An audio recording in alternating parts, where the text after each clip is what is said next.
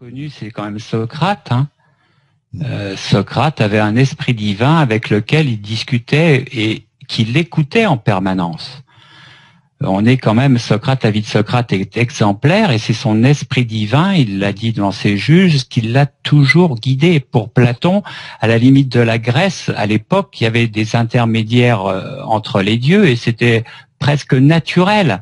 Donc je veux dire par là que toutes les religions admettent l'existence d'un monde invisible peuplé de divinité Dieu, d'esprit, d'ancêtres, des âmes ou toutes ces choses. Et il y a toujours eu dans toutes ces religions des médiateurs, en fait, qui intervenaient entre le commun des mortels et les dieux.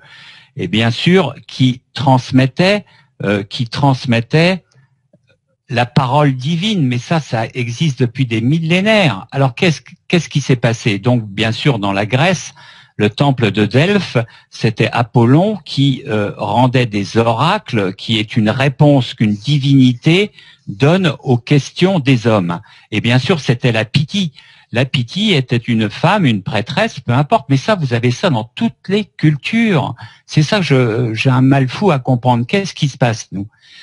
Même dans l'Ancien Testament, les rêves ont une importance absolument incroyable. On a des visions et justement, Jung aimait bien citer cette phrase. C'est un élève qui demande à son rabbin, mais comment se fait-il que, à notre époque, plus personne n'entend la voix de Dieu? Et le rabbin lui répond, c'est normal, les gens ne se penchent plus assez bas. Et Jung aimait beaucoup cette histoire.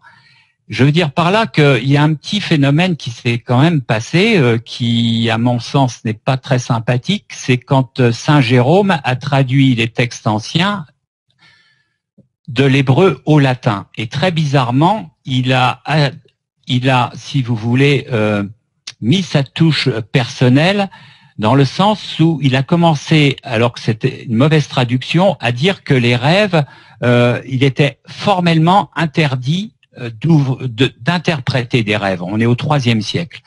Donc au IVe siècle, ça va devenir la religion officielle et le rêve va devenir diabolique et hérétique.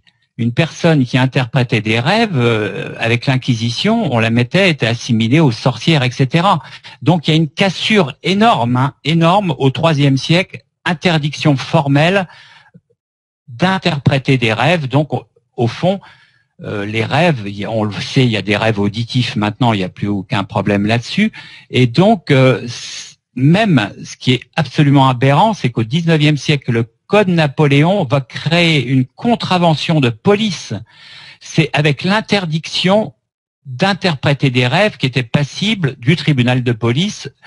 Et c'était complètement ridicule et aberrant.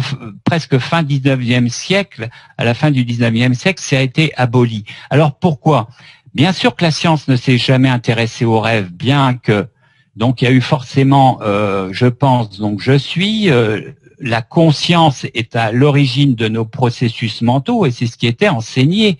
Le rêve, on s'y intéressait absolument pas. Même l'hypnose qui est apparue au XVIIIe siècle, où on faisait parler des personnages en hypnose, a été condamnée par les facultés de médecine à l'époque, malgré des travaux fabuleux, qui montraient que il se passait quelque chose derrière la conscience.